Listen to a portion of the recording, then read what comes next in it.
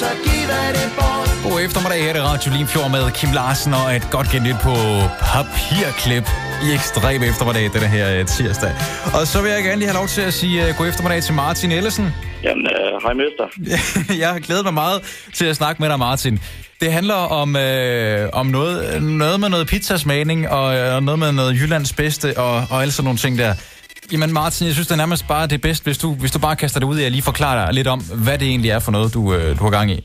Jeg sad simpelthen en aften og tænkte på, jeg er pissevild med pizza, og hvordan kan vi gøre det her pisse lækkert? Jo, jeg opretter en eller anden hjemmeside, og så tager jeg rundt i hele Danmark og spiser pizza nummer 9, og ser dem, hvordan det er, og hvordan de forskellige er. Jeg startede med at tro, at pizza nummer 9, det skulle nok ens alle steder, men det fandt jeg sgu da en til hurtigt ud af. Det var det ikke. Det er åbenbart ikke. Det er åbenbart ikke det samme. Nej, det er jo ikke. Da jeg først hørte om det her projekt, som jeg jo i øvrigt synes er meget, meget interessant, der tænkte jeg, pizza nummer 9. Hvorfor i alverden er det lige, at du skal finde Jyllands bedste pizza nummer 9? Jamen, det var det første tal, jeg bare lige kom ind på. Ikke nogen særlig årsag til, at det lige er nummer 9?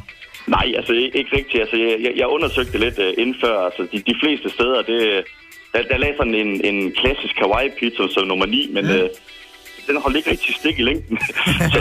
så jeg har fået meget andet end bare ananas og pepperoni. Det er da også spændende. Altså Martin, du er jo fra Vinderup, og hvor har du indtil videre været rundt i landet, eller rundt i Jylland, for at smage pizza nummer 9'er?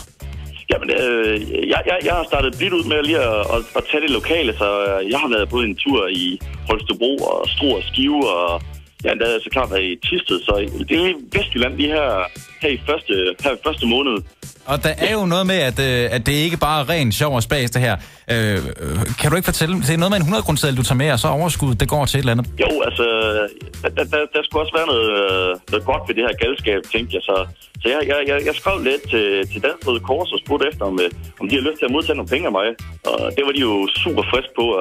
Så det jeg simpelthen gør, det er, at jeg tager en 100-kroneseddel med hver sted hen.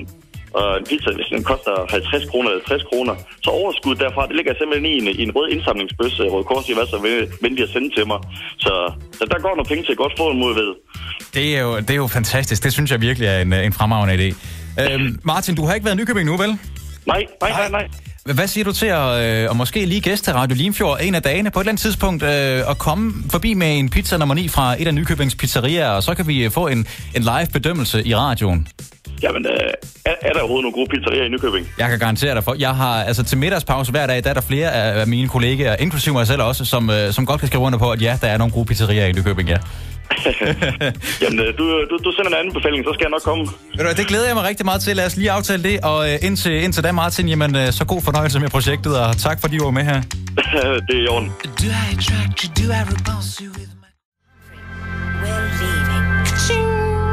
Det er Mika og Grace Kelly her på Radio Limfjord. Og tak til Martin Ellesen, som er i gang med at finde Jyllands bedste pizza nummer 9. Og så fik vi ellers lige en aftale i hus om, at det bliver på torsdag eftermiddag, at Martin han kommer på besøg på Radio Limfjord. Og så skal vi have fundet en pizza nummer 9 fra et eller andet pizzeria her i Nykøbing.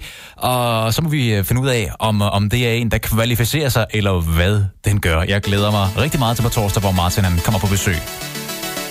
God eftermiddag, Radio Limfjord her med Snow Patrol og Just Say Yes, og dagens foreningsmeddelelse er klar om et øjeblik. Running out of ways.